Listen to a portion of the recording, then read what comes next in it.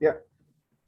Ok, hola. Bueno, bienvenidos a todos. Gracias por estar aquí con esta nueva presentación de Santiago.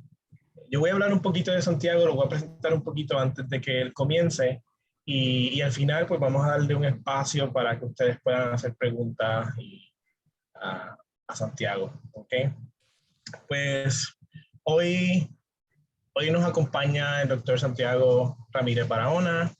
Eh, Santiago tiene una licenciatura en biología de la Facultad de Ciencias de la UNAM. eh, y en la misma universidad él también obtuvo su doctorado en ciencias biomédicas, pero en el Instituto de Ecología. Hizo dos estancias postdoctorales, una en CONACYT, el Instituto de Ecología, y la otra, la DGAPA de la UNAM en el Instituto de Biología. Y ahora es investigador asociado C de tiempo completo en el Instituto de Biología de la UNAM. Aquí yo veo por aquí que hace mucho trabajo con helechos y plantas y genética de poblaciones, así que nada, veremos un poquito más de ese trabajo con él. Así que, Santiago, muchas gracias por aceptar nuestra invitación. Bienvenido y cuando quieras. Gracias, por la invitación. Y pues a ver,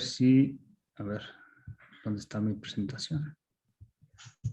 Como que no me deja compartir más que el escritorio. No sé por qué. Ahí está. Entonces sí, gracias por la introducción. Ya ven, ay, perdón, todos están viendo la presentación, espero. Sí. Si lo logran ver. Pues yo como soy Santiago Ramírez, soy investigador aquí de tiempo completo en el Instituto de Biología. Y como les mencionaba, pues yo he hecho básicamente toda mi carrera académica en México. No sé por qué, pero para mí creo que es un orgullo poder haber hecho todas mi licenciatura, mi doctorado y mis dos postdoctorados en México. Pues les voy a hablar un poquito de lo que yo he venido haciendo pues, desde que me acuerdo, ¿no? En la licenciatura, toda esta preocupación de la genética de poblaciones y el bosque de niebla me viene desde la licenciatura. Y pues un poco les voy a dar como un recorrido histórico, ¿no? De cómo yo veo que se ha desarrollado este campo, pues un poquito específico, ¿no? De tratar de entender la historia de los bosques de niebla a través de la genética de poblaciones. Y aquí les dejo mi correo, por si alguien tiene dudas, me quiere contactar, me escribe. Y mi página personal, por si alguien quiere tener un poquito más de información.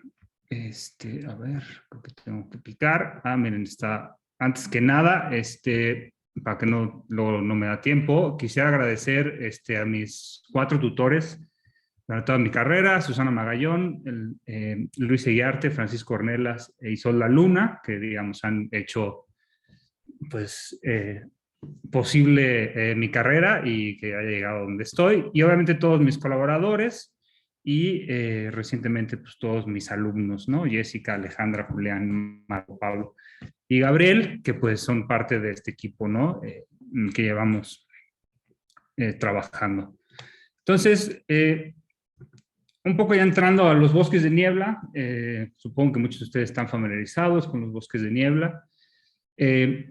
En particular en Mesoamérica, ¿no? Estoy hablando aquí más específicamente México, Guatemala, El Salvador, un poquito ahí, Belice, Honduras y parte de Nicaragua. Estos bosques son altamente diversos, albergan pues, algo así como 6.500 especies de plantas, un poquito menos de la mitad o la mitad de estas son endémicas de la región, y lo sorprendente es que esta gran diversidad pues, está en menos del 1% de la superficie, ¿no? O sea, son, como ven aquí en el mapa que les pongo, ¿no? En verde es, digamos, la distribución potencial que hizo Jerzy Randowski si no mal recuerdo, en los 70, ojalá tenga bien la referencia, de la distribución potencial de los bosques de niebla, y pues como ven son unas franjitas muy restringidas en las montañas, ¿no? De manera archipelágica, y esto pues es un poquito, un mapa muy optimista, ¿no? De la distribución. Hay estimados que hablan que el 50% de la cobertura, ¿no? De este 1% de la superficie, se ha perdido durante los últimos 100 años. Esto básicamente por pérdida de cambio de uso de suelo y deforestación. Entonces, en realidad estamos hablando de un tipo de bosque de montaña que está muy restringido por su naturaleza y además está fuertemente amenazado, ¿no? Entonces, hoy en día nos queda muy poquito y yo creo que menos, yo creo que a la fecha de ser el 0.5%, incluso menos de la superficie total de la región son estos bosques de niebla, y ahí hay una infinidad de especies de plantas, ¿no? Y ahorita en esta plática me voy a enfocar en plantas, pero hay algunos otros trabajos que se han hecho en mamíferos pequeños sobre todo, y en aves, ¿no? Entonces, pues, ¿cómo empezó todo para mí? En realidad, tal vez para otras personas que voy a mencionar aquí empezó distinto, pero para mí todo empieza cuando estoy en la licenciatura, en el laboratorio de la doctora Isolda Luna, tratando de entender las relaciones históricas entre distintos manchones de bosque de niebla, ¿no? Aquí les muestro un mapa de México, y en negro se ven los distintos manchones que se conocen en México, una distribución archipelágica de estas comunidades. Y en ese trabajo de 1999, ¿no? Yo creo que yo estaba todavía en la prepa, o en la secundaria, creo, empezando la preparatoria, ¿no? Hicieron un trabajo donde, analizando la composición florística de estos distintos manchones, pues analizan estas relaciones históricas entre parches de bosque de niebla, un poco para tratar de comprender esta historia de fragmentación que se cree que pasó, ¿no? Cómo es que se conectan, ¿no? Y este es el resultado de ese trabajo, una figura un poco compleja, pero básicamente pueden ver aquí distintos grupos, ¿no? Marcados de la A a la C, y cómo se relacionan estos grupos entre ellos, ¿no? Grandes grupos de la vertiente del Golfo de México, y grupos más pequeños, bosques de niebla un poquito más reducidos, en la vertiente del Pacífico. Entonces yo yo estaba haciendo biografía, estaba haciendo florística, ¿no? Salir a campo, colectar especies, ver composición. Y en la licenciatura de repente me empieza a surgir la inquietud de si esta historia de fragmentación nosotros la podemos ver reflejada en los genes, ¿no? En la historia de las especies. Y es en ese momento que pues yo me leo este libro de principio a fin, el Philip Hedrick, de genética de poblaciones. Luego leo este otro libro de filogeografía de John Avis, y este otro libro, ¿no? De Biological Diversification in the Tropics, de Guillaume Prance. Y estos tres libros pues marcaron, ¿no? Lo que, pues, mi carrera académica, y la llevaron hasta lo que estoy haciendo hoy en día, ¿no? Tratar de entender la historia de las especies y tratar de entender la historia de las comunidades y de los bosques de niebla a través de la genética de poblaciones y de la filogeografía. Pero más importante aún que estos tres libros, fueron dos trabajos muy importantes para mí en mi carrera. Uno fue este trabajo increíble de la doctora Ana Carnaval, de tratar de ligar esta estabilidad climática, ¿no? De los bosques en los bosques atlánticos de Brasil con la diversidad genética, y cómo las especies, ¿no? Responden a esos cambios climáticos, se fragmentan, conectividad, etcétera. Y otro segundo, un trabajo que a la fecha sigo volviendo y volviendo, es gran revisión de Lacy Knowles, de Statistical Phylogeography, de este trabajo de Lacy Knowles de filogeografía estadística, ¿no? En donde plantea todo, digamos, el marco conceptual para analizar los patrones filogeográficos con un marco estadístico, comparar modelos, comparar especies, calcular parámetros, etcétera, etcétera. Entonces yo creo que estos dos trabajos son para mí fundamentales, ¿no? Para cómo en mi cabeza, ¿no? Se ha ido desarrollando este trabajo, ¿no? Este campo de estudio. Todo empezó en 2009, cuando yo estoy haciendo mi tesis de licenciatura, con, aquí perdón por las animaciones, yo analicé 2 especies de lechos arborescentes en 5 poblaciones en una región de la Sierra Madre Oriental en México. Aquí, de este lado, ¿están viendo mi cursor o no se ve mi cursor? Sí se ve mi cursor, aquí el Golfo de México, ¿no? 5 poblaciones de lechos arborescentes. Y yo lo que quería hacer era, obviamente, con esta idea de tratar de ver si esta historia de fragmentación, la relación en términos florísticos entre los parches, se podía ver reflejada en la diversidad genética. Y yo me encuentro que no, yo me encuentro que en realidad, pues todos estos poblaciones de lechos tenían la misma composición genética, no había una diferenciación muy marcada entre las poblaciones. Y aquí les muestro una de las figuras de mi tesis de licenciatura que logré rescatar esta semana de los archivos perdidos de mi computadora. Y esta es la red de haplotipos, ¿no? Donde se muestra pues, los distintos haplotipos, ¿no? Y aquí en negro los pasos mutacionales entre distintos haplotipos. Y de lo que me acuerdo de mi tesis de licenciatura, lo que vi, lo que observé era un haplotipo común, ¿no? Y esta forma de estrella de las redes de haplotipos que pues son como una evidencia, ¿no? De que ha habido expansiones demográficas en estas especies. Otra figura que de mi tesis de licenciatura, haciendo distribuciones mismatch, traté de leer los resultados y no eran incomprensibles para mí. Después de casi 13 años no logré descifrar lo que escribí en mi tesis de licenciatura, pero digamos, todo empezó a dirigir mi atención hacia esta parte más, hacia las expansiones demográficas. ¿No? Estamos viendo alguna evidencia de expansiones demográficas en estos bosques y si esto tiene que ver un poco con esta historia de fragmentación, ¿no? Si los ciclos glaciales algo tienen que ver con estas expansiones demográficas de las especies. Y poco después, digamos, de manera paralela, yo empiezo el doctorado en 2009, haciendo filogeografía, genética de poblaciones en helechos arborescentes, y poco tiempo después, en el laboratorio del doctor Francisco Ornelas, en el INECOL de Jalapa, publican este primer artículo. Este es el primer artículo de filogeografía de bosque de niebla en plantas, utilizando a Podocarpus como modelo. Y básicamente lo que encuentran, aquí les muestro un mapita de las poblaciones que analizaron y los distintos haplotipos en distintos colores, y las gráficas del PIE pues indican la frecuencia, ¿no? Relativa de los distintos haplotipos. Y una de las cosas que querían ver aquí, digamos, lo digo de manera paralela, porque uno de los principales objetivos de este trabajo era tratar de entender esta estructuración, si es que había estructuración espacial de las poblaciones, un poquito tratando de probar esta idea de refugios, que originalmente viene de las ideas de Hafer de los refugios amazónicos, pero Víctor Toledo en 1982 propone una serie de refugios para el bosque de niebla en México. Y pues la primera gran pregunta que se hacen en este trabajo es ver, bueno, si la estructura genética en estas poblaciones, la estructura filogeográfica refleja esta, distribución de los refugios pleistocénicos que se proponen, y básicamente encuentran que no hay una estructura filogeográfica marcada, ¿no? Es poco clara, lo que se ve, pues, no queda muy claro.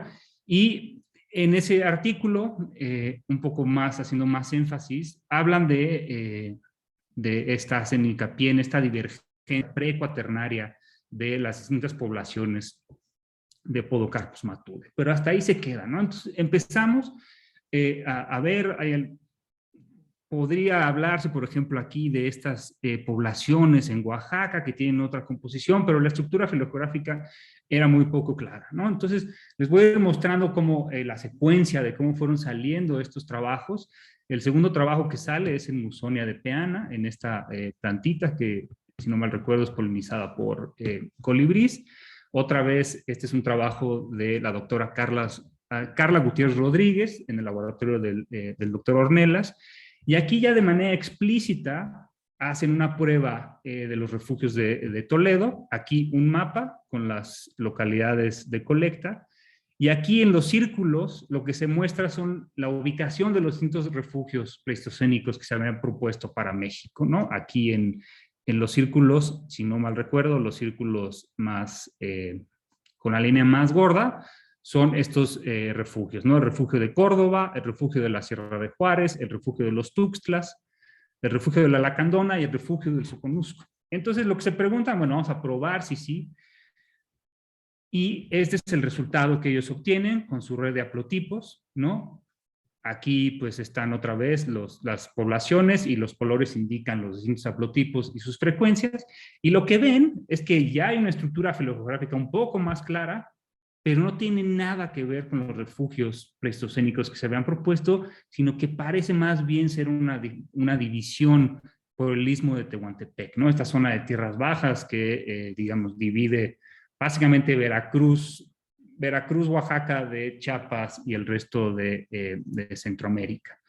Y entonces lo que empezaron a ver aquí, bueno, el istmo de Tehuantepec parece ser que es lo que explica, los refugios pleistocénicos por sí solos no explican, pero si se fijan en la red de haplotipos empiezan a surgir patrones muy interesantes en los cuales vemos esta, digamos, forma de las redes de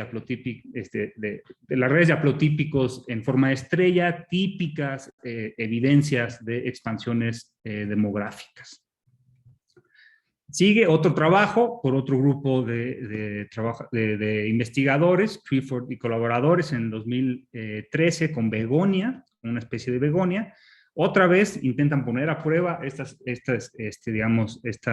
analizar más bien la estructura filogeográfica de estas especies, y otra vez encuentran, aquí los mapas siguen siendo lo mismo, frecuencia de haplotipos, distintas localidades de colecta, y lo que encuentran, digamos, no les quise poner las tablas de las AMOVAs que ellos hacen, pero básicamente lo que encuentran es otra vez que el istmo de Tehuantepec es, digamos, el rasgo geográfico que explica en mayor medida la diferenciación entre las poblaciones, ¿no? Entonces hay una estructura filogeográfica y otra vez no son los refugios, es el istmo de Tehuantepec. Y entonces Ornelas, el doctor Ornelas, perdón, digamos un par de años después, en 2013, publica esta investigación en el que realmente, ya teniendo esta evidencia poco, con aves había un poco más de trabajos, pone a prueba de ver, bueno, ¿qué estamos viendo en el istmo de Tehuantepec? Si es una barrera biogeográfica o no es una barrera biogeográfica, nos puede explicar, es común a distintas especies. Y lo que encuentran es algo muy interesante, que parece ser que sí, muchas especies responden a esta barrera, una diferenciación poblacional marcada entre el oeste y el este del istmo de Tehuantepec, pero sorprendentemente, y aquí lo que les muestro, perdón por la resolución, es lo que más que pude encontrar, en el eje de las Y es un estimado de la densidad posterior de estimados de divergencia entre poblaciones al este y al oeste del istmo de Tehuantepec, y en el eje de las Y, aquí se me fue, es el tiempo, y aquí no importa el tiempo absoluto, lo único que quiero que se queden es la diferencia que existe entre las distintas especies, ¿no? Esta barrera biogeográfica es común en las distintas especies, pero es un caso de pseudocongruencia, es decir, misma barrera, distintos tiempos, ¿no? Hay especies que divergieron hace más tiempo y especies que recientemente esta barrera, digamos, funcionó como barrera biogeográfica y separar a las especies. Y entonces, esto, digamos, nos plantea muchas preguntas de cómo es que funciona. Parece ser funcionar en todas las especies, pero en unas en un tiempo, otras en otro, ¿no? Hace 20,000 años, otros hace 200,000 años. ¿Qué está pasando aquí? Y digamos, lo que creemos, o lo que yo creo personal, es que esto tiene que ver algo con los ciclos glaciales, ¿no? Repetidos de expansión, contracción, y que pues no son estos distintos ciclos, pues no son réplicas unos de otros, ¿no? Entonces en cada uno tienes varianza y en unas bajaron unas especies, en otras, ¿no? Un poquito más ruidoso la historia, ¿no? Y luego sale una serie de trabajos van a salir en un periodo de 1 o 2 años, con Liquidambar styracifla, un árbol muy característico del bosque de niebla, y otra vez, ¿no? El mismo mapa con su red de haplotipos, y aquí se ve otra cosa un poquito más interesante, ¿no? Si recuerdan, pues diferenciación de los Tuxtlas, la Sierra Madre Oriental, más hacia el norte, pues una composición haplotípica distinta. Chiapas otra vez sale separado, distinto, y esto se asemejaba un poquito más a lo que nos decía Toledo, los distintos refugios, ¿no? Y importantemente, este es el primer artículo en el que se incorporan los modelos de nicho ecológico para tratar de entender estas historias filogeográficas. Algo que nos decía Lacey Knowles en su trabajo de 2009, de tratar de generar estas hipótesis para poner a prueba los patrones que vemos, ¿no? Y aquí son los modelos de nicho que hicieron, generalmente al máximo glacial hace 21.000 años y al último interglacial hace 130.000 años. Y lo que encuentran es que hay una estructura filogeográfica más clara. No está del todo cierto si se ajusta o no se ajusta a los refugios. Y importantemente hay una señal ambigua de expansión demográfica. No queda claro si hay expansión o no hay expansión en esta especie, pero tampoco se hicieron las pruebas, digamos, explícitas sobre expansión demográfica. Entonces, lo mismo, otra especie en Palicurea padifolia, otra vez el mismo mapa, y pues ahora sí, ¿no? Parece ser otra vez incorporación de modelos de nicho, probar estas ideas, más que probarlos, utilizarlos para, a la hora de la interpretación, darle sentido a la interpretación de lo que estamos viendo, más que explícitamente usarlas como modelos generadores de hipótesis, ¿no? Entonces, otra vez, hay una señal incierta de expansión demográfica, no sabemos si se expandieron o no se expandieron, pero ciertamente los modelos de nicho, como vemos aquí, pues nos muestran que estas especies o esta especie, por lo menos parece ser o sugiere una expansión durante el último máximo glacial. Entonces, digamos, se empezaron a conectar, ¿no? Se empezaron a conectar distintas cosas, ¿no? Pasamos un poquito de esta idea de probar la diferenciación y el istmo y los refugios, y poco a poco se fue modificando digamos, el enfoque a un enfoque más a entender estos patrones demográficos, ¿no? Y sobre todo con la incorporación de los modelos de nicho, pues el enfoque se va haciendo cada vez más claro hacia probar esta parte de la expansión demográfica. Y en 2013, como parte de mi proyecto de doctorado, publico junto con Luis Seguiarte un trabajo de revisión de estudios palinológicos, ¿no? Con la idea de saber, ¿no? Esto estaba un poco inspirado por los trabajos de Margarita Caballero en el Instituto de Geología, de Geografía de la UNAM, ojalá esté bien, en los cuales ellas analizan los registros palinológicos en el centro de México y ven evidencias de cambio climático, y aquí una de sus figuras que casi cuando la volví a ver tuve un déjà vu, ¿no? Me la aprendí de memoria esta figura, donde muestran, ¿no? Por ejemplo, la línea de los glaciales al último máximo glacial en comparación con el presente. Por ejemplo, aquí está el ALE moderna, es la línea de los glaciares al presente, y aquí estaba hacia el pasado, y un poco entender estas subidas y bajadas de los cinturones de vegetación en respuesta a los cambios climáticos, ¿no? Y en este mapa les muestro una revisión que hice para todo el neotrópico de algunos registros palinológicos. Aquí son los puntitos negros, y en puntitos amarillos y azules lo que se marca es las inferencias que se hacen sobre las condiciones de humedad de acuerdo a esos registros palinológicos. Y lo que observé es que pues no está muy clara, ¿no? Hay una ambigüedad de qué es lo que estaba pasando. Hay regiones, obviamente, que se hicieron más secas, otras más húmedas, pero hay lugares en donde hay señales ambiguas de si se hizo más húmedo o más seco, ¿no? Y en función de esto, yo propongo dos modelos, digamos, de cómo sucedieron o cómo creemos que sucedieron o respondieron las especies al cambio climático en función de si las cosas se hicieron más áridas o más húmedas. Y aquí les muestro, no voy a ir al detalle, pero básicamente lo que muestro aquí es un modelo en el cuadro de arriba y otro modelo.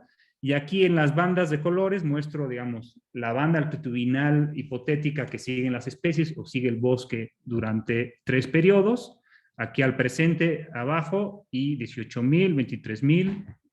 Y entonces digamos, lo que se propone en estos modelos es que en condiciones donde el máximo glacial era obviamente más frío pero más árido, había, digamos,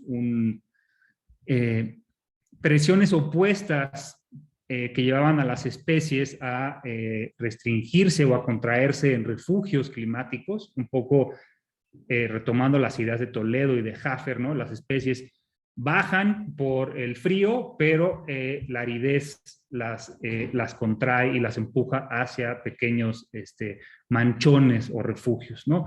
A diferencia del otro modelo, que en realidad solo existe esta presión de la temperatura, baja la temperatura, pero como las condiciones son más húmedas, pues las poblaciones pueden expandirse y pueden, digamos, tener mayor conectividad entre poblaciones y luego fragmentarse y a lo que vemos hoy en día, ¿no?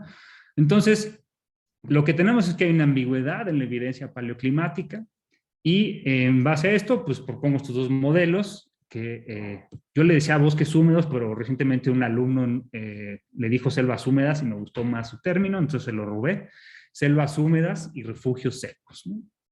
Y entonces, en ese tenor, yo lo que hago es hacer, para mi otro capítulo de mi tesis de doctorado, es poner a prueba estos dos modelos, ver qué nos está diciendo la evidencia genética sobre estos dos modelos posibles que tenemos con la evidencia paleoclimática.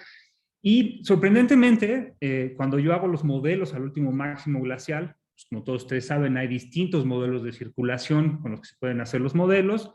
Uno de los dos de los que más comúnmente se utilizan, o en ese entonces se utilizaban, era el CCCM y el MIROC, y sorprendentemente dan predicciones completamente distintas sobre la dinámica de los bosques, ¿no? Aquí ven el CCM, una expansión, aquí clarita que ven, y en el otro más bien una contracción, una pérdida o, digamos, o estabilidad, ¿no? Entonces, estos dos modelos, cuando los vi, dije, esto se asemeja mucho a lo que esperaríamos de estos dos modelos en base a evidencia paleoclimática, y entonces lo que yo hago es agarrar un helecho arborescente, ¿no? Aquí otra vez las poblaciones, los haplotipos, ¿no? Etcétera, etcétera. Otra vez vean la red de haplotipos en forma de estrella.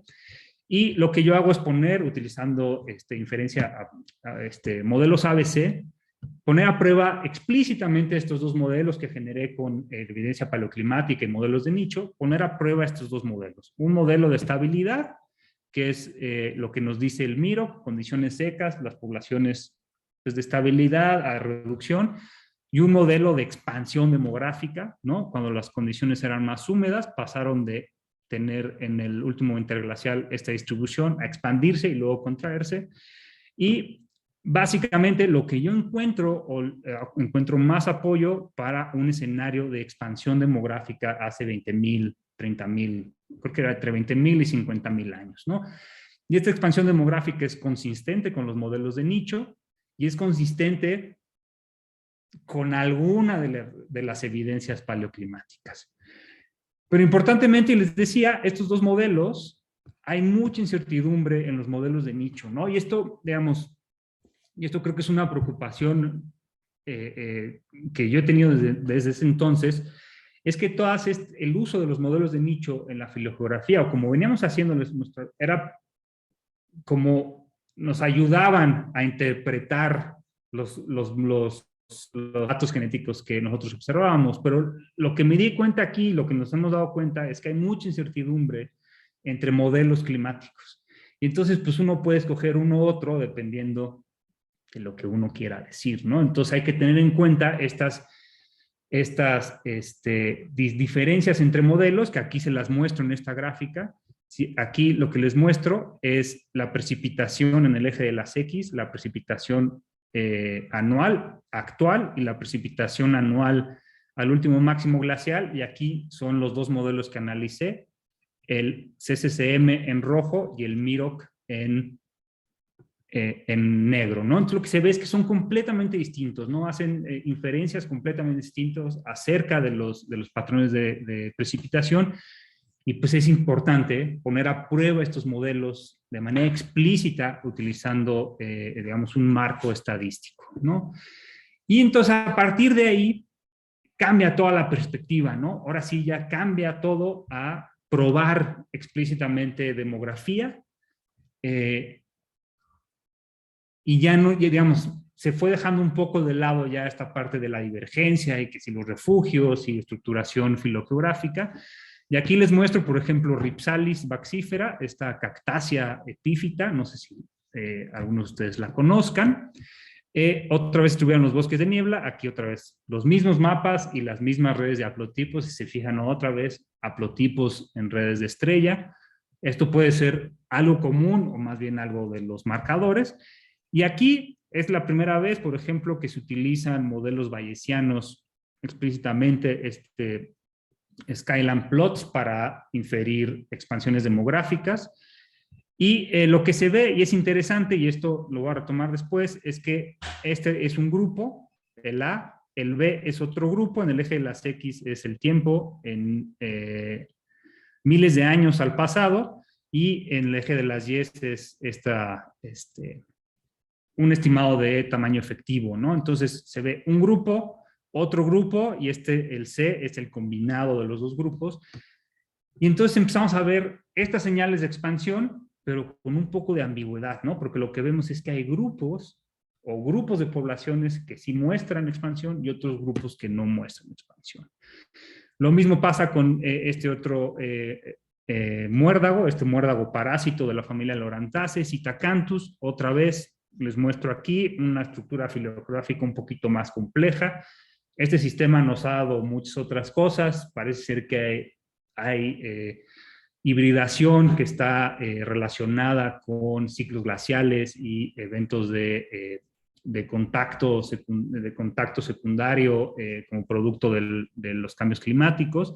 Pero otra vez ven esta misma red en forma de estrella, ¿no? Otra vez vemos evidencias de expansiones demográficas, las mismas gráficas que les decía hace rato, pero parece ser, en este caso, por ejemplo, los dos grupos parece ser que están respondiendo de igual manera a los cambios climáticos. Y recientemente un trabajo, se me olvidó el nombre, una disculpa, de Hernández Langford y colaboradores en el 2020 con este árbol Quiratodendron pentadactylon, el árbol de la manita, si lo conocen, tienen las flores, los estambres tienen forma de manita.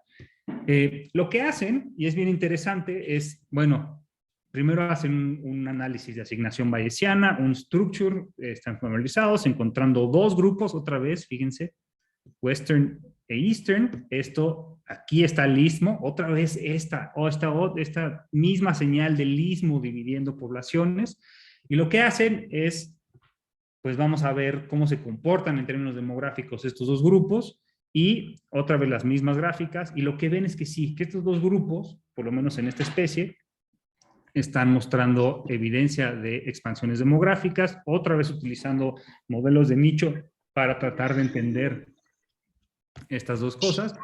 Pero una de las cosas interesantes que nos presenta este trabajo, y bueno, más bien es el último, es que no sabemos si estos modelos que nosotros habíamos planteado, ¿no? De expansión, no expansión, de manera global, ¿no? Pero ¿qué tal si estos modelos en realidad tienen heterogeneidad espacial, ¿no? Tal vez haya poblaciones que sí se expanden, poblaciones que no se expanden, y esa es una de las cosas que estamos entrando ahorita, a tratar de entender estos efectos con la demografía, pero tratando de integrar esta heterogeneidad espacial en las posibles respuestas, ¿no? Y el último, y este es bien interesante, el último trabajo, bueno, los últimos trabajos, otra vez del grupo del doctor Ornelas, reanalizando Podocarpus, y es interesante cómo después de 10 años regresamos a Podocarpus.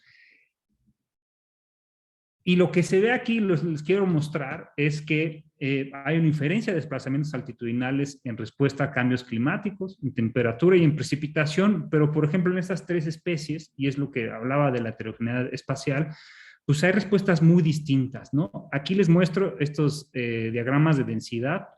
En el eje de las X es la altitud sobre el nivel del mar, inferida a partir de modelos de distribución, y aquí distintos tiempos, ¿no? Último interglacial, dos modelos para el último glacial y el presente, ¿no? Entonces, estas especies han tenido dinámicas muy distintas. Unas se han expandido hacia tierras bajas, por ejemplo, aquí Podocarpus matude, ¿no? Una Porohaps oleifolius más claramente, solo sobre un modelo, pero una de las cosas que proponen en este artículo es que tal vez esos dos modelos de los refugios secos y las selvas húmedas sean insuficientes. Ellos proponen un tercer modelo, que es uno de persistencia in situ, ¿no? Que lo que estamos viendo yo me lo imagino como, más bien como un globo, ¿no? Las poblaciones están aquí y nomás se inflan, no se mueven del lugar, ¿no? Las poblaciones nomás se inflan y se desinflan en respuesta a estos cambios climáticos, ¿no?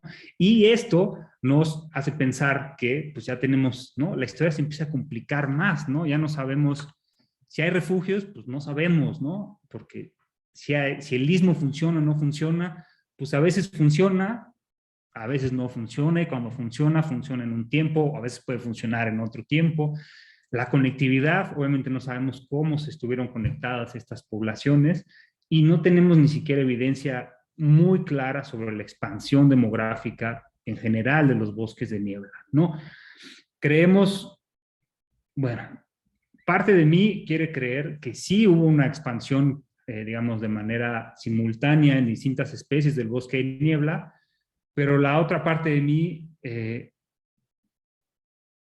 pues sí pienso que en realidad cada especie hizo lo que quiso a la hora que quiso, y entonces pues la historia es mucho más compleja, ¿no? Y esto es bien interesante, ¿no? Porque empezamos con una pregunta, le dimos vueltas, regresamos otra vez a las mismas preguntas, pero con muchos más elementos que nos hablan de que la historia es mucho más complicada, ¿no? Y eso es una de las partes interesantes de esto, que parece ser que uno va dando círculos, pero en realidad vamos en espiral, ¿no? Cada vez tenemos más elementos y nos estamos haciendo todo el tiempo las mismas preguntas, ¿no?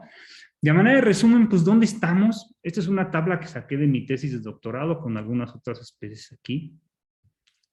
Pues aquí, como les pongo en la foto, pues yo diría que seguimos en la niebla, ¿no? No sabemos mucho lo que está pasando o lo que ha pasado con los bosques de niebla y sus especies. Aquí les pongo el tiempo de expansión en miles de años, las especies, mínimos y máximos y la referencia. Hay especies que no sabemos porque no se hicieron las pruebas. Hay otras especies que tienen rangos pues casi de 400,000 años, es nuestro rango de incertidumbre. Pero parece ser que en todas tenemos algo de evidencia de que sí hubo expansiones, lo que no sabemos es cuándo, ¿no? No sabemos cuándo ni en dónde. Ese es uno de los problemas, ¿no? Por ejemplo, aquí en Quiratodendron, pues de 100,000 a 200,000, y comparen esto con Ripsalis, que los datos parece ser que es entre 10 y 50,000 años, ¿no? Entonces, tenemos un rango amplio y obviamente, pues, estos snapshots que tenemos del cambio climático de 21,000 y 130,000, pues son una simplificación muy grande, ¿no? Tenemos pues toda una serie de ciclos y caídas y de precipitación en medio de esos dos puntos, ¿no? Y sobre todo para hacia el Holoceno también, ¿no? Entonces, pues yo diría que seguimos en la niebla, digo, no tanto, podemos ver algo ahí, ¿no? Se puede ver algo ahí entre la niebla, una silueta de que creemos que estamos viendo algo, pero todavía necesitamos acercarnos un poco más y tratar de diferir, ¿no? Todo apunta a que sí, pero no sabemos cuándo, ¿no? Ese es lo que yo estoy pasando, ¿no? Y pues eso nos lleva hacia dónde vamos, ¿no? ¿Cómo vamos a atacar esta problemática? ¿Qué estamos haciendo para atacar esa problemática? Pero no solo eso, sino a dónde vamos el bosque de niebla, ¿no? ¿A dónde va, ¿no? Las amenazas que tiene y cómo, pues un poco esta incertidumbre que tenemos de cómo responden, cómo están estructuradas, pues nos lleva a tener muchísima más incertidumbre, o digamos, se traslada a nuestra incertidumbre de qué es lo que les va a pasar a estos bosques, ¿no? Y para eso, pues, una de las, obviamente, de las limitantes que yo me he encontrado y los que han trabajado en esto también coincidan conmigo es, pues, el trabajo de campo, ¿no? Es esencial.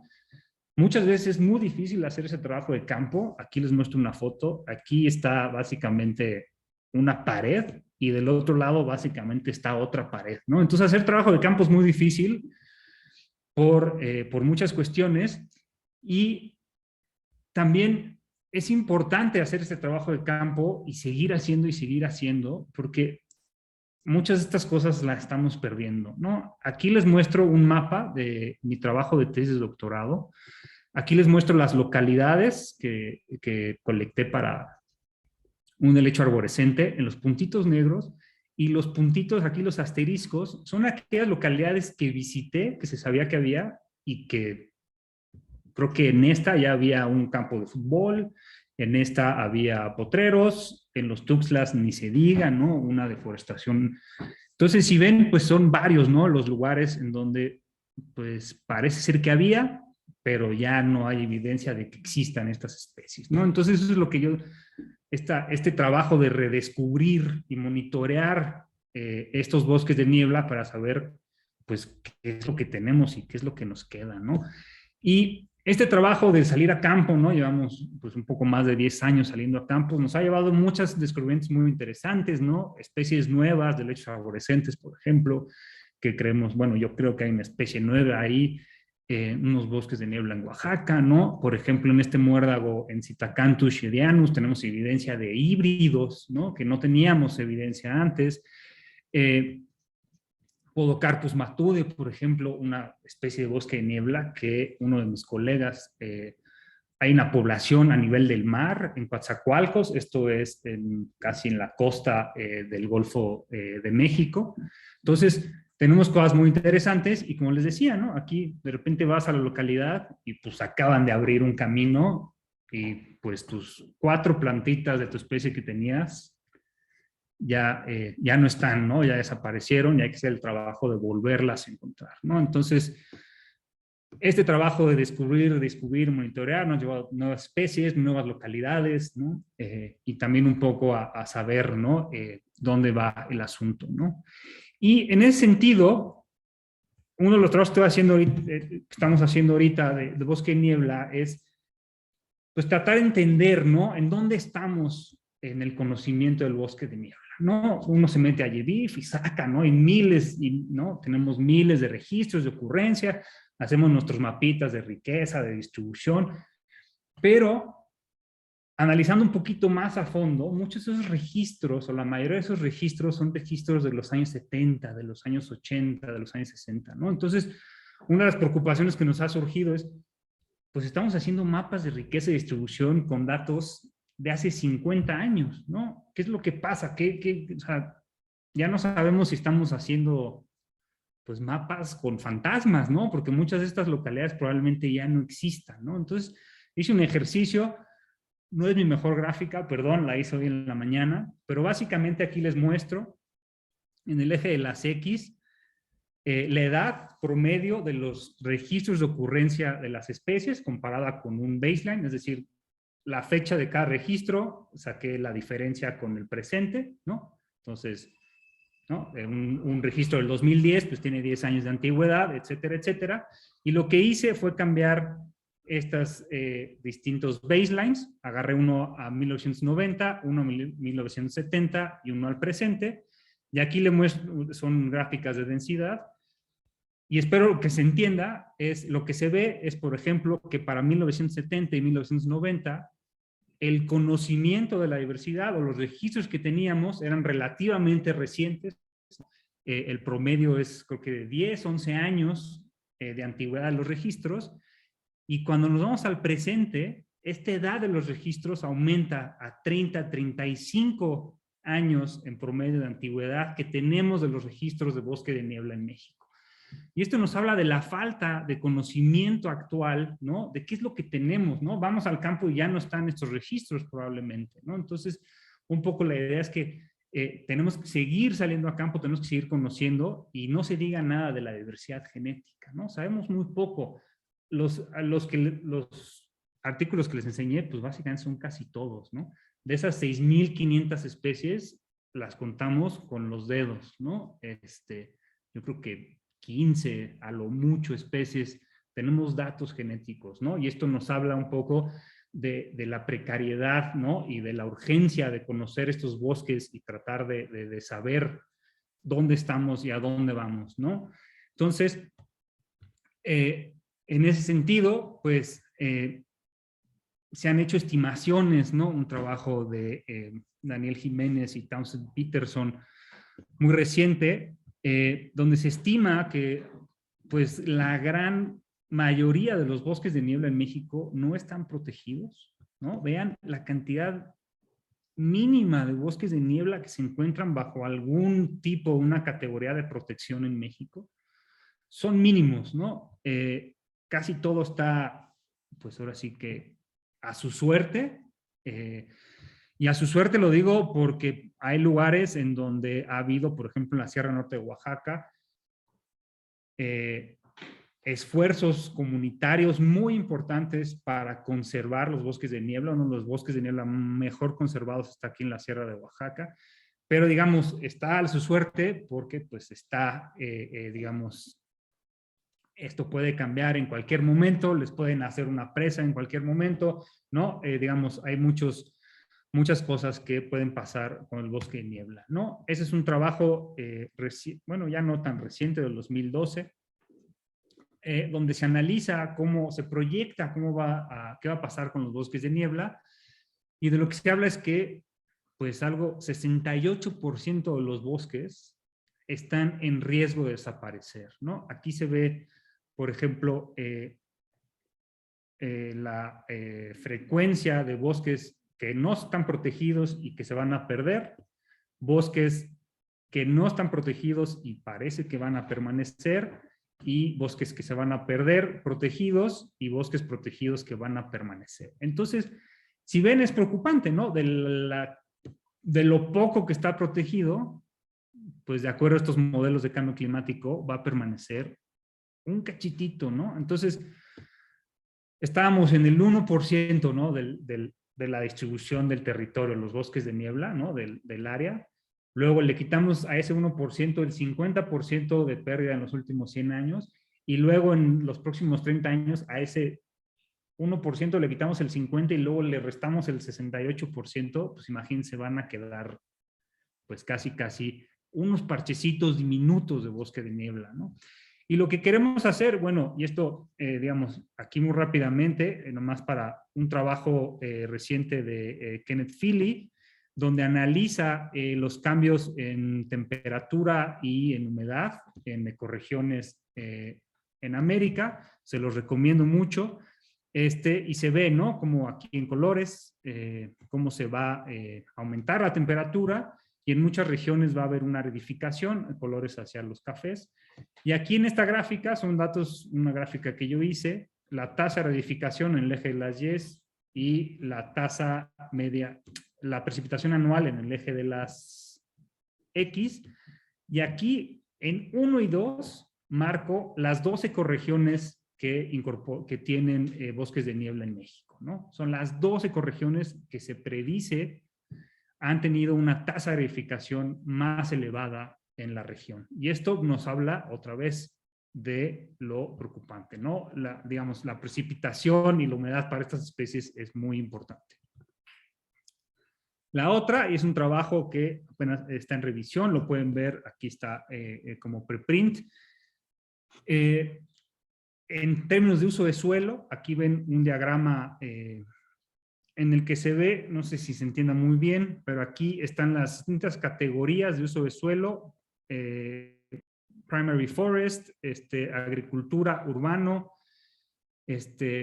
non-forest y secondary vegetation, o sea, perturbación. Y aquí se ven en las flechas, se ven, aquí están los años.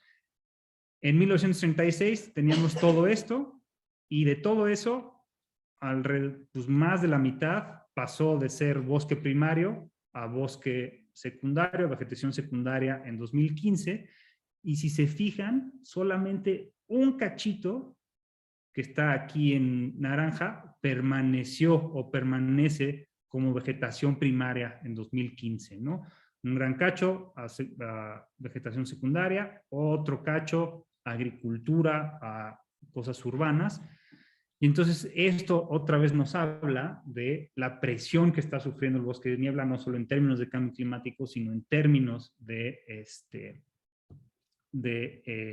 cambio de uso de suelo, ¿no? Y aquí lo mismo para los bosques de niebla en la región, unas gráficas, en el eje de las X son los años y en el eje de las Y altitud, y los colores indican las desviaciones de la temperatura con respecto al promedio antes de 1967. Y entonces aquí, por ejemplo, en esta primera, en el panel A, es la estacionalidad en la temperatura.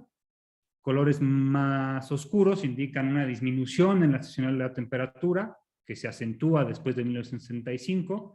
El caso más marcado es el aumento de la temperatura a partir de 1965 a lo largo de todo el gradiente altitudinal de los bosques de niebla.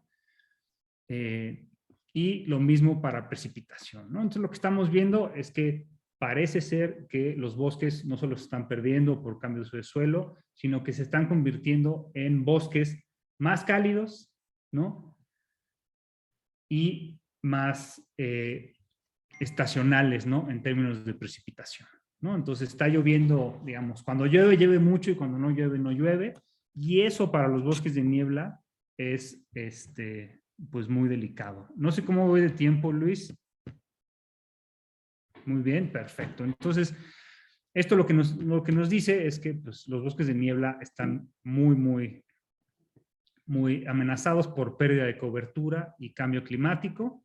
Esto solo es para México y Guatemala y un cachito de Honduras. No sé si estos, pero yo estoy casi seguro que este patrón se va a repetir en bosques de niebla en Costa Rica, en Panamá, tal vez en menor medida, y también en otros países, ¿no? Como Colombia, Venezuela, Ecuador y Perú.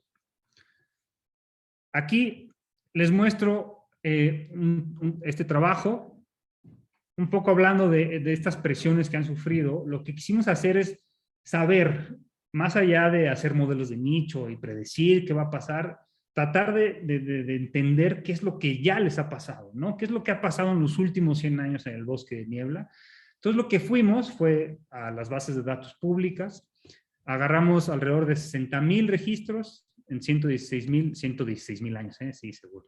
116 años desde 1901 a la fecha, y para 430 especies, y lo que estimamos fue analizar cómo ha cambiado la altitud promedio en la que se han registrado las especies a lo largo del tiempo, y aquí les voy a animar en estas gráficas de la A a la C, es la altitud, bueno, es un índice de altitud. Positivo significa que ha aumentado, negativo es que ha disminuido para el rango superior de las especies, para el punto medio y para el rango inferior, y aquí en el eje de las X el tiempo. Y entonces lo que vemos con el rango superior, por ejemplo, es que tenemos un aumento, va aumentando, y a partir de 1970, que es donde alcanza su mayor altitud, empieza un declive muy importante. Para el punto medio tenemos mucho ruido, acuérdense que son ejemplares de herbario, tenemos mucho ruido, pero otra vez aumenta y vuelve a caer a partir de los 2000. Y en términos del rango inferior tenemos un patrón opuesto, ¿no? Entonces lo que tenemos, o lo que creemos que tenemos, es que sí las especies han estado respondiendo a estos cambios climáticos, digamos, bueno, a cambio climático y a cambio de uso de suelo en el último siglo. Y importantemente, si restas esta y esta, pues la hipótesis es que no solo las especies están moviéndose, sino que sus rangos altitudinales se están haciendo cada vez más pequeños. Y aquí les muestro un índice del rango altitudinal, y lo que ven es como iba aumentando, y a partir de los 70 estos rangos altitudinales empiezan a bajar. Aquí, digo, hay mucho ruido, pero si se fijan, aquí en el último es menos 230, esto en comparación al promedio histórico, que es es el punto más bajo en el que se encuentran los rangos altitudinales de las especies. Entonces, lo que creemos es que pues, las especies, el cambio climático, los que han visto gráficas de cambio climático, perdón, aquellas personas que han visto gráficas de cambio climático verán que a partir de la década de los 70, pues las cosas empiezan en una explosión básicamente exponencial, no es, bueno, no es exponencial, pero muy marcada de aumento en la temperatura, ¿no? Entonces creemos que las especies iban poco a poco y que el cambio fue tan radical y, digamos, ha sido demasiado para que las especies sigan respondiendo como venían respondiendo, ¿no?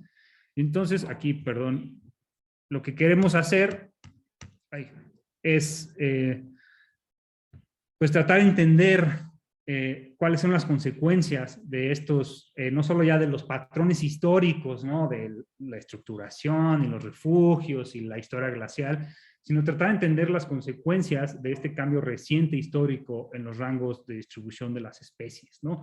Y cómo afecta esto, en términos, regresando a la genética de poblaciones, cómo afecta esto la estructura genética y la composición genética de las poblaciones, ¿no? Y tratar de ver o tratar de incorporar esta información genética en nuestras proyecciones al futuro, ¿no? No solo ya dejar un poquito, darle una vuelta más a la tuerca y decir, bueno, en términos de clima y modelos de nicho, la cosa no pinta bien, pero vámonos a más detalle, qué pasa con la genética y ver qué es lo que va a pasar, ¿no? Y en ese sentido, pues uno de los proyectos que tenemos ahorita, apenas empezamos este año, es volver a analizar todas estas especies de las que les hablé, más algunas otras que se nos han ido colando en los años, tratar de agarrar estas especies que van pues de los tres grandes grupos de plantas vasculares, helechos, gimnospermas y angiospermas, distintas formas de vida, árboles, epífitas, parásitas, terrestres, trepadoras, y tratar de entender, ¿no? Realizar los datos genéticos y tratar de tener, ahora sí, analizarlas en conjunto, ¿no? Que creo que es lo que una cosa, no sé si quedó clara, o yo he sentido que han sido como esfuerzos aislados, ¿no? De esta especie y luego esta otra y luego esta otra, pero lo que necesitamos realmente ahorita para tratar de entender lo que está pasando con el bosque y niebla es hacer un esfuerzo, digamos, analizar todas estas especies en conjunto, ¿no? Y tratar de ver qué es lo que está pasando, ¿no? Y en ese sentido, pues esas son las especies que tenemos. Aquí tengo 17, es mi lado optimista, puso las 17, pero yo creo que no van a ser las 17. Distintas especies, aquí perdón por los códigos, pero aquí está alzófila, helecho arborescente, cucúrbita, una calabaza, dos helechos arborescentes, ciatea, ediosmum, liquidámbar, magnolias, orquídeas, una maxilaria, etcétera, etcétera, ¿no? Las que aquí, por ejemplo, está Ripsalis. Entonces, lo que tenemos y lo que vamos a analizar es, tenemos estas especies, ¿no? Tenemos todo este tejido ya colectado, años y esfuerzos de colecta, lo tenemos en el laboratorio y lo que queremos hacer es reanalizarlos y ver qué es lo que está pasando, si ven muchas de estas localidades pues se comparten, ¿no? Y tratar de contar una historia más bonita. Estas son 17 especies en 90 localidades distintas y tenemos pues más de 1,200, por lo menos 1,200 individuos que queremos analizar, y esto es parte de un proyecto que estamos haciendo para obtener datos genómicos utilizando genotyping by sequencing. Muchas de estas especies no tienen ni transcriptoma, ni genoma, ni nada que se le acerque, entonces optamos por digamos, por la fuerza bruta del GBS para sacar datos genómicos.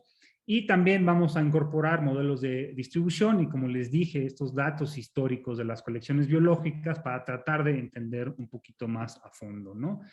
Y un poco regresando a esta primera diapositiva ¿no? Esta historia de fragmentación, ¿no? Regresar es lo que les digo, vamos en espiral, ¿no?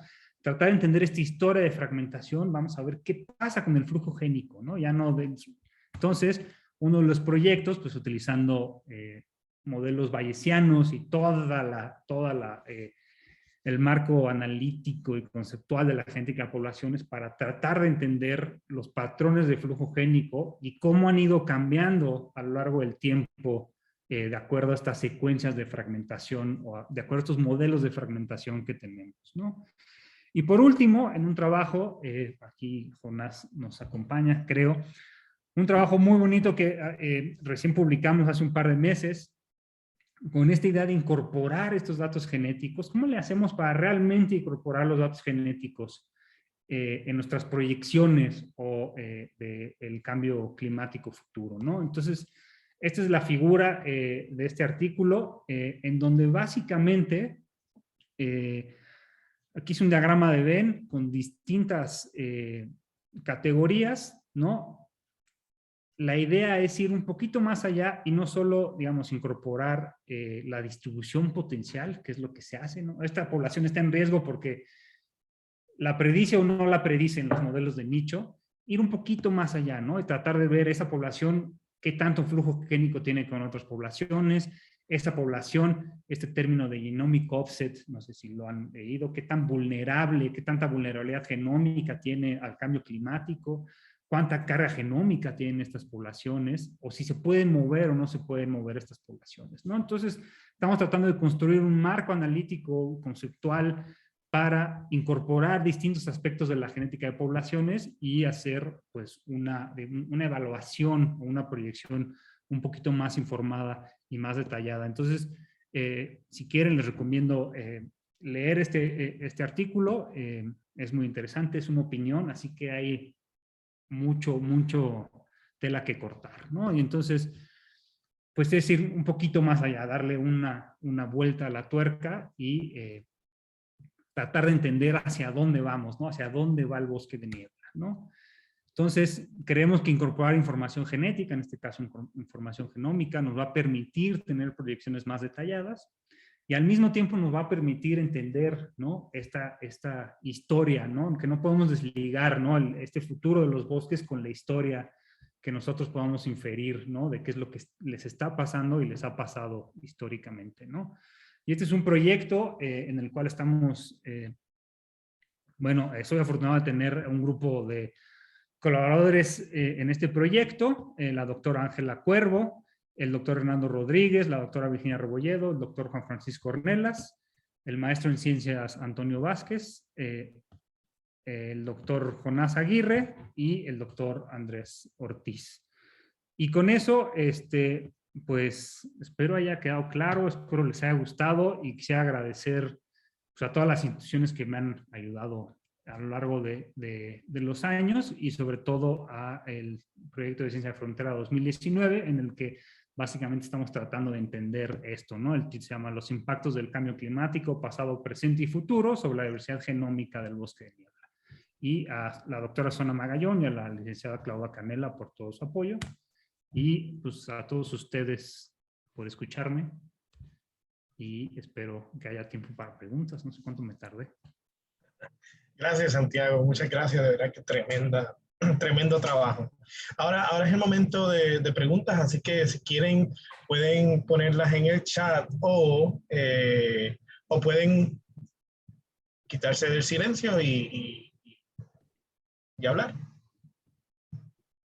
Gustavo. Adelante. Hola, muchas gracias y muy interesante esta charla. Muchas gracias por compartir todos esos resultados y pues como todo ese sumario de los resultados que se han hecho allá en México. Me llamó mucho la atención como pues esa parte de tratar de ver los patrones congruentes, ¿no? Entre diferentes especies y pues es muy complicado y yo creo que a la vez que nos vamos acercando más hacia el trópico con esta riqueza tan grande de especies, pues resulta mucho más complicado llegar a ver patrones congruentes, filogeográficos congruentes ahí.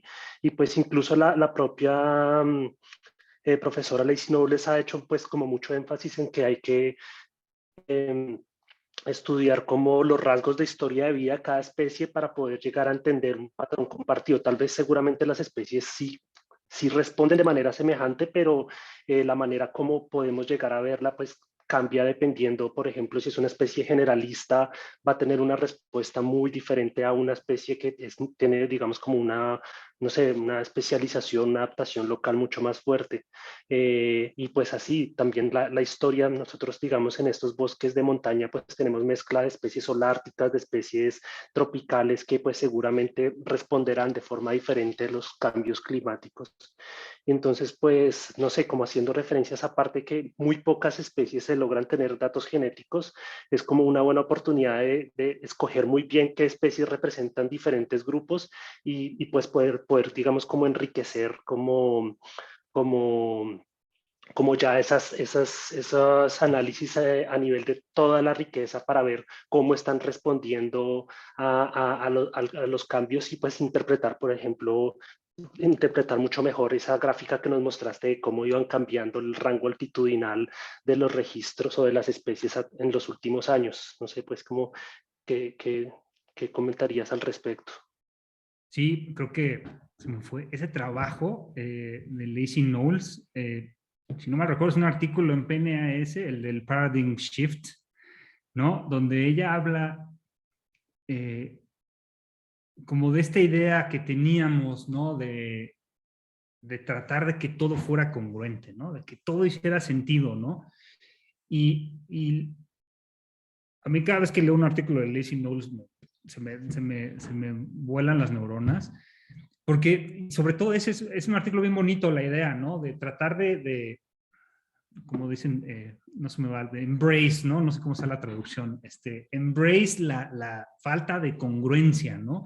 Que es un poquito más, es mucho más informativo y mucho más rico tratar de tratar de hacer sentido de esa diversidad, ¿no? ¿Por qué unas especies, o sea, por qué esta especie hace esto y esta otra, ¿no? O sea, ¿por qué, no? O sea, no es que pues todo hace ruido de nada de sentido y ya vámonos, apagamos las luces y nos vamos, ¿no? Sino que tratar de, o sea, tal vez los árboles hacen una cosa, las hierbas hacen otra, como mencionabas tú, pues los árboles que en teoría tienen de los bosques de niebla afinidad neártica, pues están respondiendo de una manera, el sotobosque de otra manera. Entonces, yo creo que parte del proyecto, digo, no quiero decir mentiras, pero básicamente la selección de especies fue un poco pues, las especies que teníamos, pero dio la casualidad y creo que es un bonito conjunto de especies porque tenemos de todo un poco, ¿no? Tenemos árboles, tenemos helechos, tenemos epífitas, ¿no? Entonces, como que nuestra idea es tratar de incorporar esta diversidad de formas de vida y de filogenias y todo, y tratar de contar una historia más compleja, ¿no? O sea, yo creo que por ahí va la cosa, ¿no? Y pues sí es interesantísimo esa parte, ¿no? Yo no sé, ¿no? Creo que da miedo enfrentarte a que cada quien haga, cada especie haga lo que sea, porque ahora sí que cómo le hago, cómo le hago para poner todo esto en una figura, ¿no? Pero creo que pues ese es el reto, ¿no? Tratar de entender todo esto, ¿no? Y como les decía, ¿no? Vamos en círculo, ¿no? Tratábamos de analizar todo esto y que todo hiciera sentido, pero nos dimos cuenta que no hace nada sentido. Entonces regresamos al punto inicial de qué es lo que lo estructura, si hay de expansión, no sé qué, pero un poquito más complejo, ¿no? Súper, sí, muchas gracias, interesantísimo y estaré pendiente de los resultados. Muchas felicitaciones. Gracias, gracias. Excelente. ¿Alguien más tiene preguntas? Yo tenía una duda sobre cómo interpretar, o tal vez vi mal o entendí mal la gráfica de como el incremento en el rango altitudinal de algunas especies. Se veía como que iba hacia arriba, hacia 1975, y no solo baja, sino que también se hace más amplio el rango. Y no sé si está bien o no esa interpretación. Sí, sí, justo cachaste esa. Pues, No es que especies, porque estoy pensando en estas historias de cambio climático anterior donde pues ciertos lugares vuelven refugios, ¿no? Que las especies se van hacia arriba y estas especies al estar arriba ya no tienen hacia dónde ir y entonces tienen que adaptarse y tal vez ese es el incremento en el rango y tal vez pues puede ser que hay muchas especies que pues están resistiendo y van a salvarse de estos cambios. Quizás no a la velocidad, quizás pueda haber algo ahí de flujo genético asistido, o no sé qué tan fácil sea también la conservación ex situ, si tienen nichos tan específicos, pero no sé cómo ves eso.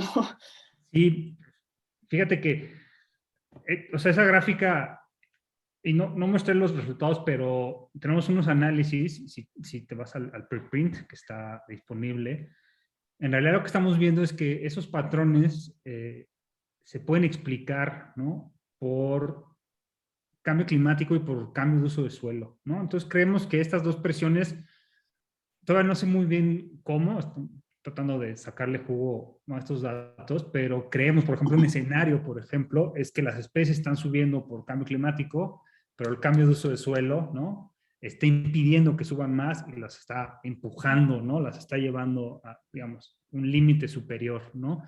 También, por ejemplo, en tierras bajas, pues tierras bajas en muchos lugares en México, o sea, es un arrasadero, ¿no? Entonces también creemos que está... Pero lo importante, yo creo que esa gráfica, y eso es muy hipótesis mía, es que esa gráfica estamos viendo que en promedio bajan, pero como bien tú mencionabas, la varianza en la respuesta de las especies cada vez es mayor. Y yo creo y tengo la hipótesis que lo que está pasando aquí es tal vez algo un poquito más peligroso para el bosque de niebla como comunidad, que es que las especies, ante esta presión tan absurda, pues están haciendo ahora sí que, ¿no? Cada quien para su casa, ¿no? Como dicen aquí, ¿no? O sea, viene y cada quien corre en una dirección distinta, ¿no? Y esto, digamos, es una hipótesis, una predicción que yo tengo, pues puede tener efectos ecosistémicos muy importantes, ¿no? Porque, sobre todo por, digamos, si los árboles hacen una cosa, pues las epífitas, por más que quieran, pues no va a haber manera, ¿no? Entonces yo creo que este aumento en la varianza en cómo las especies están respondiendo es crítico y puede llevar a digamos, ¿cómo se dice? Sí, no hay comunidad ya, ¿no? Exacto, Todos migran por su parte. al desmembramiento de esa comunidad, ¿no? Del bosque de niebla, ¿no? Que, digamos, no solo son nichos muy específicos, sino que, por ejemplo, las epífitas cumplen un rol muy específico y fundamental en estos bosques, ¿no? Entonces, sin esas, pues cambia completamente el asunto, ¿no? Entonces, yo creo que por ahí va el asunto, ¿no? Pero ¿y si vieras eso desagregado por sitio, es la misma varianza? O porque ahí estás agregando muchos sitios, datos, ¿no? Sí, ahí estamos agregando por especie, ¿no? Entonces, cada punto es una especie. Okay. Pero ciertamente se podrán desagregar por sitios, lo hemos intentado, pero los datos no dan para mucho, ¿no? Tal vez en algunas especies se podría hacer por sitio, ¿no? O sea, especies, no sé, algunos pinos, liquidámbar, ¿no? Las especies que han sido colectadas en mayor medida, ¿no? Digamos, estos son 430 de las, pues, creo que la lista era de 3000, una cosa así, ¿no? Nada más que no hay datos, ¿no? Esa es la otra parte, ¿no? No hay datos, ¿no? Históricos para estas cosas. Gracias. Y también en el artículo lo tenemos agregado por forma de vida, también, si lo quieres checar. Bueno, muchas gracias. Gracias Santiago por aceptar nuestra invitación y por esta fabulosa presentación. De verdad que tremendo trabajo. Muchas gracias. Y pues sí, pues es el trabajo de muchas personas en muchos lugares durante muchos años y sí, espero no haya sido tan aburrida como yo la sentí, pero gracias por la invitación y a todos ustedes por oírme. Estuvo muy buena, muchas gracias. Antes de que nos vayamos, quería mencionarles que para de febrero 4 al 5, tendremos nuestro primer simposio. Hemos decidido crear un simposio pequeño de un día, donde vamos a tener de 2 días, perdón, donde vamos a tener varias presentaciones y vamos a tener oportunidad para que ustedes participen. Esto lo hacemos como parte de nuestro primer año como un grupo, y queríamos comenzar algo piloto, algo para ver cómo la comunidad científica de Latinoamérica, como les digo, pues cómo se sienten con este tipo de actividad y comenzar a hacer algo un poquito más inclusivo, ¿no? Y también pues quería agradecerles por estar con nosotros a través del año, y ya finalizamos nuestro primer año con esta presentación. Y nada, los esperamos el próximo año con tendremos nuevas personas que nos van a presentar su trabajo y nuevos eventos. Así que estén pendientes al Twitter y a nuestra página web. Así que muchas gracias, felices fiestas y que la pasen bien. Nos vemos el año que viene. Hasta luego.